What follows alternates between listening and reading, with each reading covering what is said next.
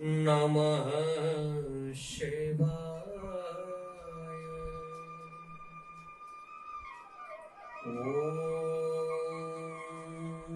नमः शिवाय।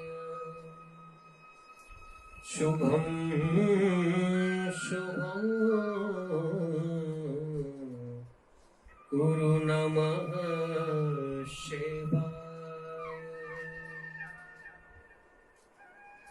सादर जय श्री कृष्ण। एक बार पुनः स्वागत है आप सभी का हमारे कार्यक्रम भागवत कथा। विगत सत्र में हमने श्रवण किया कि किस प्रकार भागवत के उन श्लोकों को सुनकर जो निर्गुण ब्रह्म की उपासना में लीन थे, ऐसे श्री सुखदेव जी महाराज दौड़े दौड़े अपने पिता व्यास जी के पास पहुंचे और सांगोपांग विधि से उन्होंने श्रीमद् भागवत का संपूर्ण अध्ययन किया और तदुपरांत समय आने पर उन्होंने सम्राट परीक्षित को श्रीमद् भागवत का श्रवण कराया। परीक्षित ने क्यों श्रवण किया,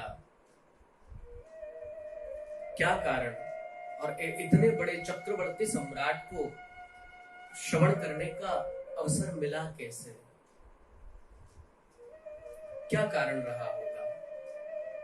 ये सब प्रश्न सोनकादि 88,000 ऋषियों ने सूत जी से किए। तब सूत जी कहते हैं, ऋषियों मैं तुम्हें विस्तार पूर्वक बताता हूं, ध्यान से श्रवण करो। यदा मृधे कौरव संजयानां वीरेश्वरो वीरगतिं गतेषु।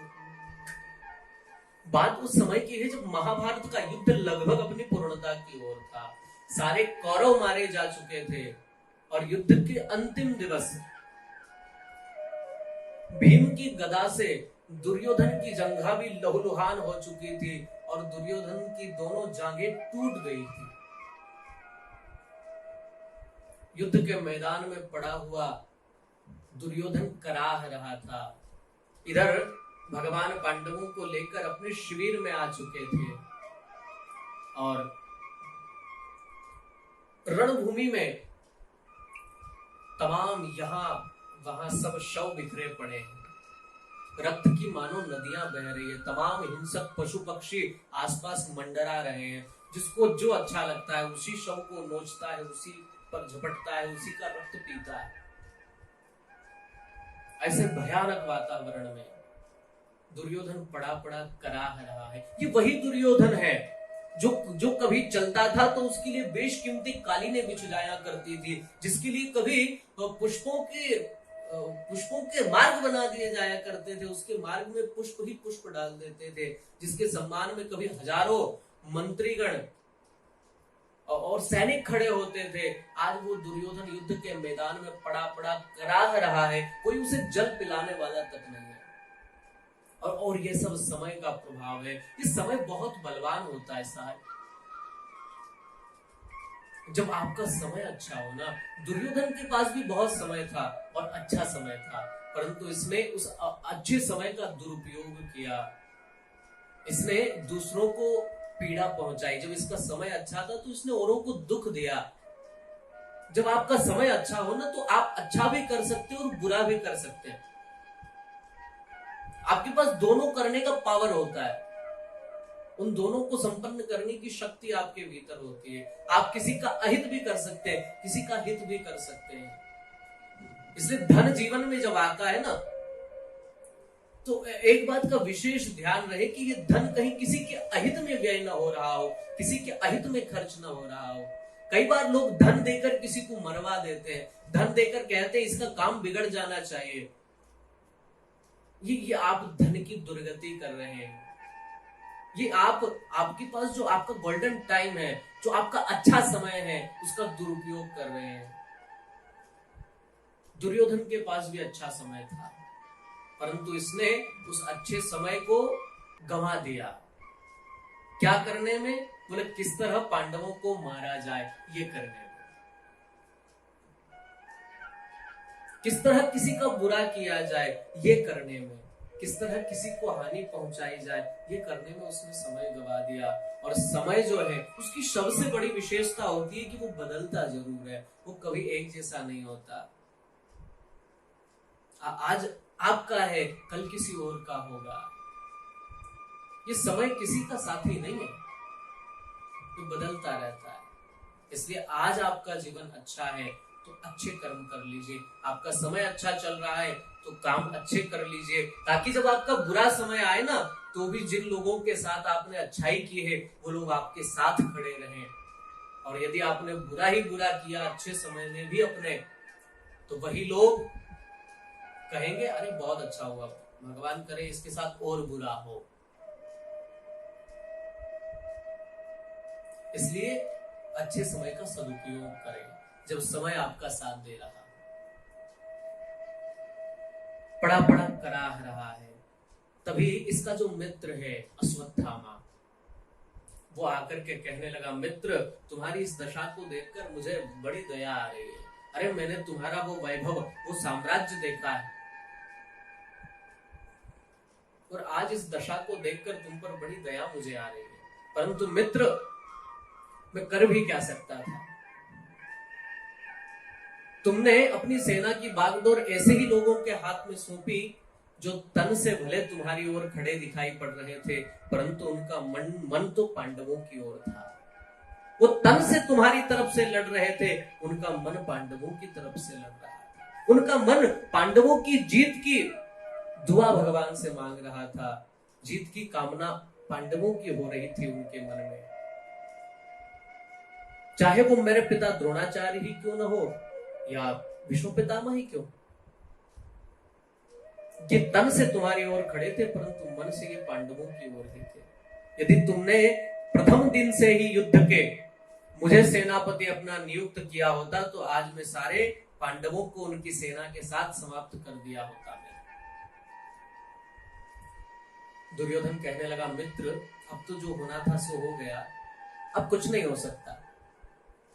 परंतु एक बात का मेरे मन में बड़ा दुख है, एक बात की मेरे मन में बड़ी पीड़ा है। अरे हम कौरव 100 भाई थे, 99 भाई मेरे मर चुके हैं और मैं भी लगभग मरणासन्न हूं। कब मेरी मृत्यु आ जाए कोई भरोसा नहीं है। बस दुख इस बात का है कि मेरे शत्रु पांडव 5 भाई थे, उनमें से मैं एक को भी न मार सका। आज भी वो पांचों के पांचों सुरक्षित है। अगर उनमें से एक भी मर जाता ना तो मरते मरते कम से कम मेरे मन को चैन मिलता। देखिए ये दुर्योधनी वृत्ति है। दुर्योधन कोई राक्षस विशेष नहीं है।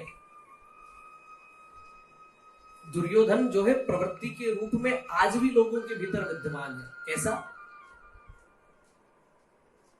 जिसके विचार ऐसे हैं कि इसको नहीं मिला, मुझे जो वस्तु नहीं मिली मैं वो अपने पड़ोसी को भी नहीं मिलने दूंगा, मैं उसको भी नहीं मिलने दूंगा। जिस स्थान पर मैं नहीं पहुंच पाया ये कैसे उस स्थान पर पहुंच जाए, और पहुंचेगा तो मैं इसको गिरा कर मानूंगा। जो दूसरों के पैर खींचते हैं, जिनको परोत्कर्ष अच्छा नहीं लगता, दूसरों की उन्नति जिनको अच्छी नहीं लगती, वह दुर्योधन आज भी आपके मध्य में विद्यमान है। वो आज भी हो सकता है हमारे परिवार में हो, हमारे व्यापार में हो, हमारे व्यवहार में हो। ये वृत्ति है, ये दुर्योधन आज भी जीवित है इस वृत्ति के रूप में लोगों के भीतर। इसलिए जहां आपको लगे कि ये परोत्कर्ष से जलता है, इसको दूसरों की उन्नति अच्छी नहीं लगती, समझो वो दुर्योधन है। बोलो राधे राधे।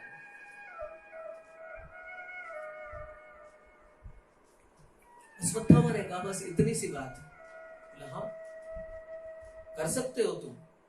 दुर्योधन जानता था ये अश्वत्थामा के बस की बात नहीं है। अश्वत्थामा ने कहा मित्र तुम एक की बात करते हो, मैं पांचों को मार सकता हूं। अच्छा ठीक है। दुर्योधन ने अपने रक्त से अश्वत्थामा के माथे पर तिलक किया और कहा अभी तो मैं जीवित हूं, मैं अपना अंतिम सेनापति तुम्हें नियुक्त करता हूं, जाओ पांडवों को मार दो। अश्वत्थामा तिलक करा के वहां से निकला। जिसके माथे पर तिलक ही रक्त से हुआ हो उसके माथे पर तो खून सवार हो ही गया है। अश्वत्थामा वहां से चला। उसने मन में विचार किया, पांडव 5 हैं, मैं अकेला, मैं कैसे मारूंगा। तब उसके मन में एक युक्ति आई कि जब पांडव सोने जाएंगे रात्रि के समय, मैं उन्हें सोते सोते ही मार दूंगा।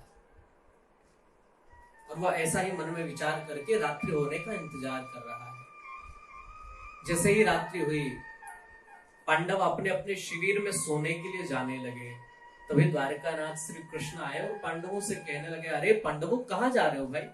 पांडव कहने लगे, प्रभु आज इतने दिनों से जो युद्ध चल रहा था, आज विजय श्री प्राप्त हुई, आज तो चैन की नींद सोएंगे। भगवान ने कहा, अरे आज विजय श्री का प्रथम दिन है और वो तुम सो करके बिताओगे। अरे चलो कहीं चल करके नदी के तट पर आनंद से चर्चा करेंगे, उत्सव मनाएंगे विजय का। भगवान पांडवों को वहां से ले गए। वो वाक्य है ना, जाको राखे साइया मार सके ना कोई।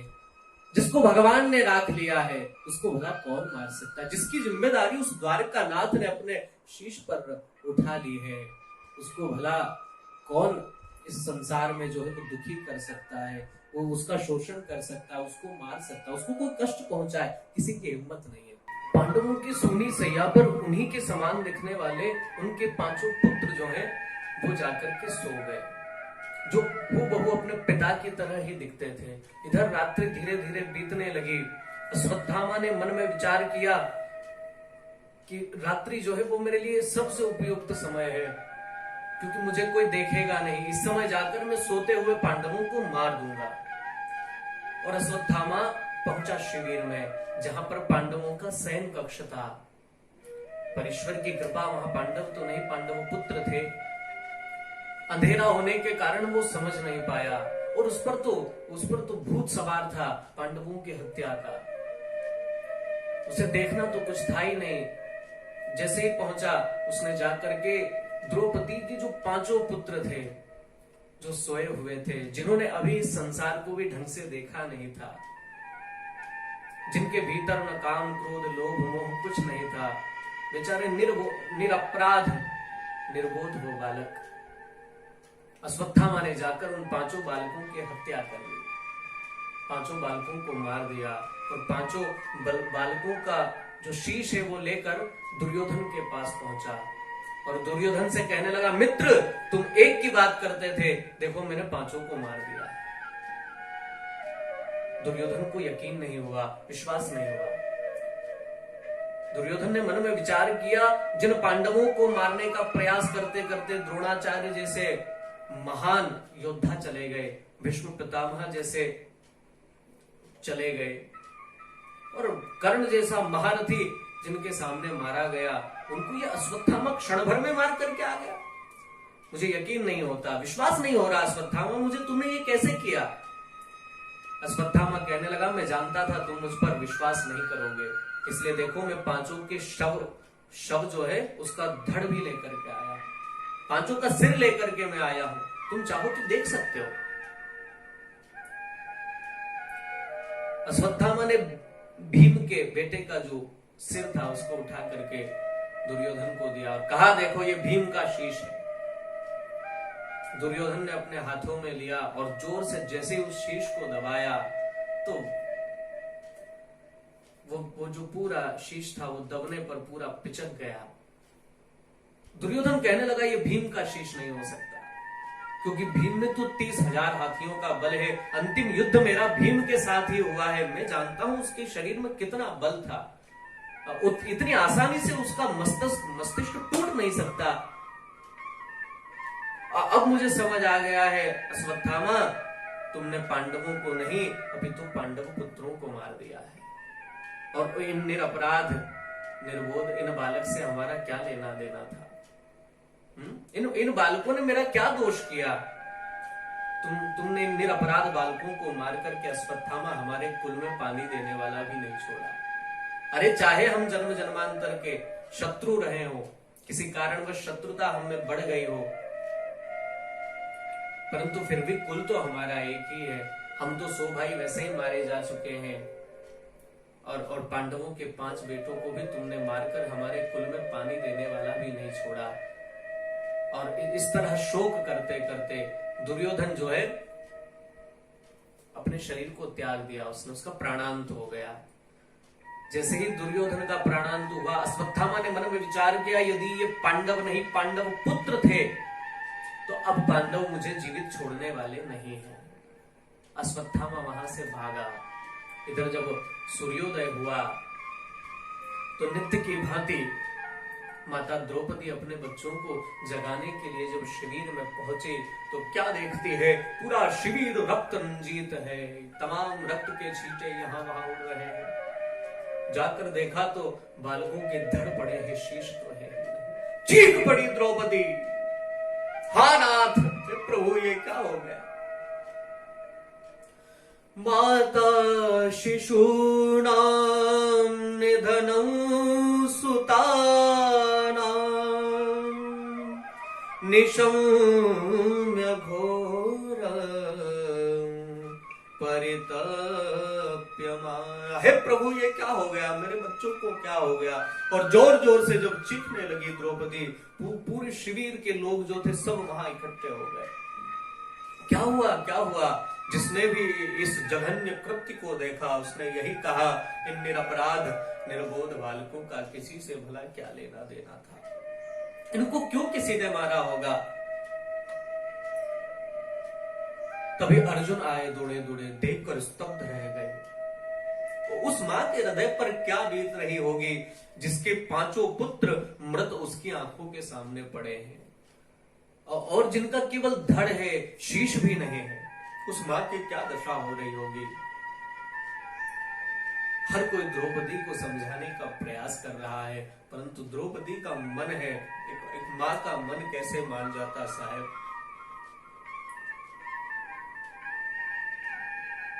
अर्जुन उठकर के खड़े हो गए। अर्जुन ने प्रतिज्ञा कर ली, देवी तुम्हारे बालकों के हत्यारे को जब तक आज संध्या होने से पूर्व मैंने यदि न मार दिया तो मैं भी क्षत्रिय नहीं, प्रतिज्ञा करता हूं देवी। और तो और तुम्हारे सामने लाकर के ही मैं उसे मृत्यु दंड दूंगा। भगवान को इशारा किया, श्री कृष्ण को भगवान रथ पर सारथी बनकर बैठ गए। अर्जुन रथ पर बैठे हैं, चलो केशव अभी उसको ढूंढ कर लाते हैं, आखिर किसने निरपराध बालकों की हत्या की है। रथ चला, भगवान सारथी बने। अर्जुन ने कहा अश्वत्थामा की ओर रथ ले चलो, हमें पता चला है कि अश्वत्थामा ने यह जघन्य कृत्य किया। अब अश्वत्थामा आगे आगे भागा जा रहा है, अर्जुन पीछे पीछे। अश्वत्थामा को लगा कि अब मुझे अर्जुन जीवित नहीं छोड़ने वाला। अश्वत्थामा ने अपना ब्रह्मास्त्र चला दिया। जैसे ब्रह्मास्त्र चलाया अर्जुन घबरा गए। कृष्ण कृष्ण महाभाग भक्तानां भयंकर। अर्जुन कहते हैं, हे कृष्ण ये देखो इसने ब्रह्मास्त्र चला दिया, पागल हो गया है क्या। अर्जुन कहते हैं, भगवान मुझे बचाइए, इससे बचाइए। भगवान ने कहा अर्जुन शांत हो जाओ, इतने आवेश में ना आओ, इतने परेशान ना हो। अरे इसने ब्रह्मास्त्र तो चलाया है ना, तुम्हारे पास भी तो ब्रह्मास्त्र है, तुम्हें भी तो गुरुदेव ने ब्रह्मास्त्र चलाना सिखाया है, और इसको तो केवल चलाना सिखाया है, तुम्हें तो लौटाना भी सिखाया। अर्जुन तुम चिंता न करो, तुम भी अपना ब्रह्मास्त्र चला लो। अर्जुन ने अपना ब्रह्मास्त्र चलाया, दोनों ब्रह्मास्त्र टकराकर शांत हो गए। दौड़ करके अर्जुन ने अश्वत्थामा को पकड़ लिया,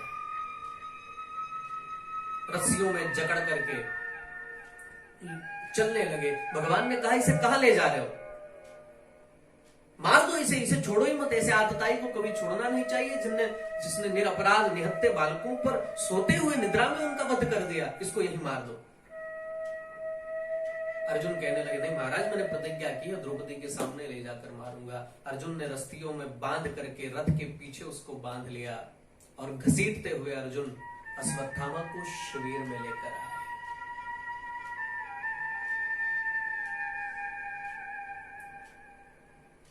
जिसे ही अश्वत्थामा को देखा हर कोई स्तब्ध रह गया। अरे अश्वत्थामा ने ये जघन्य कार्य किया, ये तो गुरु द्रोणाचार्य का बेटा है, और फिर ये ब्राह्मण समझ नहीं आता, लाकर के पटक दिया। और एक महान आश्चर्य हुआ साहब, किसी को यकीन नहीं हो रहा था वहां कि आगे चलकर इस तरह की घटना भी हो सकती है।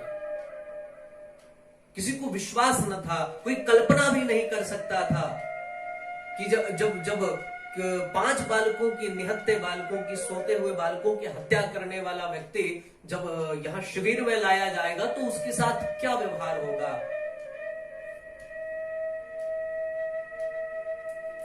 लगभग सबको यही उम्मीद थी कि उसको मृत्युदंड दे दिया जाएगा, परंतु सबकी कल्पना से परे वहां पर कुछ घटा, कुछ घटना घटी। परंतु वो घटना क्या है, इसकी चर्चा हम लोग अगले सत्र में करेंगे। इसके लिए आप निरंतर हमारे कार्यक्रम के साथ बने रहें। सादर जय श्री